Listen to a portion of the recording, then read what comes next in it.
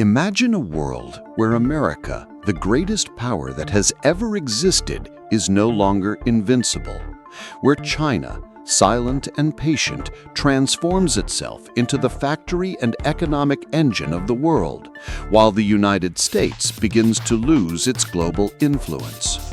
What happens when an empire that believed it was eternal faces a reality it cannot control?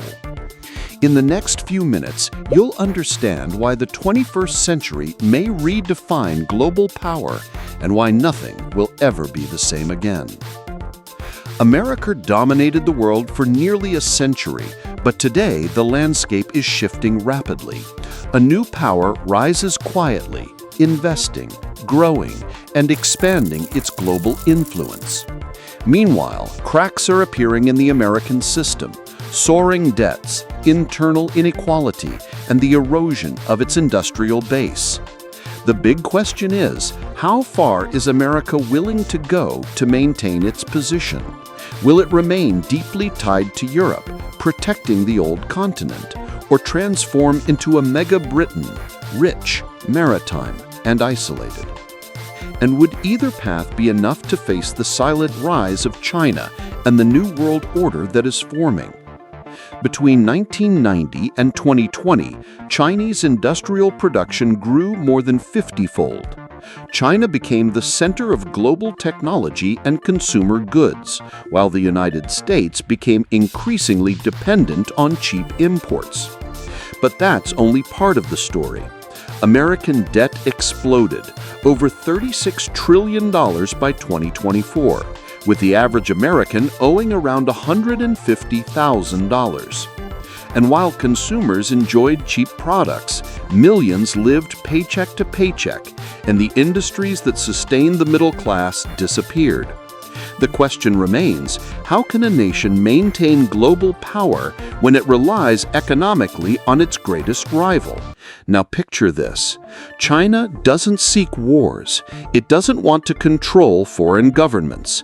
Its strategy is simple and quiet. Invest, expand, and dominate without direct conflict. Through the Belt and Road Initiative, over 150 countries are now tied to Chinese interests, including critical infrastructure in Africa, a continent projected to host 25% of the world's population by 2050. Meanwhile, the U.S. has been involved in over 72 foreign conflicts since 2000, spending trillions with little economic return trying to uphold the global order. But can it really compete with China's patience and efficiency? A common myth is that America is declining while the rest of the world grows, but this idea is based on distorted data. In 1945, the U.S. represented 54% of the global economy. Today, it's around 24%. At first glance, that seems like decline, but in reality, it reflects the destruction of other industrial powers during World War II. If we measure from 1965, when Europe had already recovered, America's share of the global economy has remained stable at about 25%, a remarkable feat considering the explosive growth of China and India. For comparison, the European Union fell from 38% of the global economy in 1965 to just 24% today. So while America has preserved its relative share, the relative decline of its allies has also weakened its global leverage. At the same time, America's pioneering spirit, rooted in the nation's founding and its vast financial resources, put it in the best position among the great powers to lead space colonization, something that will almost certainly happen in the coming decades. I want to stress this. There is nothing fundamentally wrong with America. In the long term, I don't see anything that could seriously threaten its success as a nation by any major metric. The U.S. is simply going through a rough patch, and rough patches can change. Remember that in 1790, France was racked with revolutions and foreign invasions, but by 1810, it controlled most of Europe and was invading Russia. History shows that cycles of crisis and recovery are a natural part of great powers.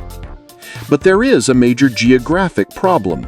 The U.S. is so isolated from Eurasia and so economically self-sufficient that it has strong incentives not to engage globally because it's costly. Like the British, Americans inherited the insular tendency to look at the rest of the world with a mix of disdain and detachment, often intervening irresponsibly and then forgetting about the places where they became involved. That's why the U.S. lacks a truly coherent foreign policy. It doesn't really need one. The only parts of the world Americans genuinely care about are in Western Europe, due to cultural and historical ties. But even that bond could weaken. If Europe drifts too far ideologically from America or alienates it too deeply, the transatlantic link could lose strength. Culturally and geographically, it's far easier for the U.S. to sustain alliances with nations like Germany or the United Kingdom than with emerging Asian powers. Back in 1970, the American coalition, with Western Europe, Japan, and North America, covered nearly all economically relevant regions of the world. But today, the rise of East Asia has eroded that dominance. China and India are now pursuing independent agendas, largely beyond America's direct reach. Still, people often forget that America's competitors have enormous problems of their own. Simplistic comparisons between the U.S. and China ignore America's structural advantages. Weaknesses that are often highlighted in America also exist, sometimes in greater measure, in its rivals. We cannot return to the 1990s, when the U.S. was the undisputed superpower. But even without militarily dominating Asia, it still holds unique advantages. The key point is this: countries with enough human capital, like China, cannot remain poor forever, just as Germany and Japan quickly rebuilt after the World Wars. American power, however, also rests on scale and size, something no rival has matched. Historically, if Germany had the population of the U.S., it might have won the World Wars. Size still matters in global power. And here lies America's enduring edge. Despite China's rise, the U.S. still holds unmatched advantages: a stable population, technological innovation, global military reach, and strong alliances. These factors make it very likely that America will remain a dominant superpower, even in a multipolar world. We will not see a world where America becomes weak and poor, but neither will we see a world where it remains untouchable, bombing places like Afghanistan in the heart of Asia with complete impunity. The long-term question is whether the U.S. will remain intertwined with Europe, actively engaging in the global system to protect the old continent as strategic partners, or whether it will evolve into a mega Britain, a vast, rich, seafaring empire standing more alone.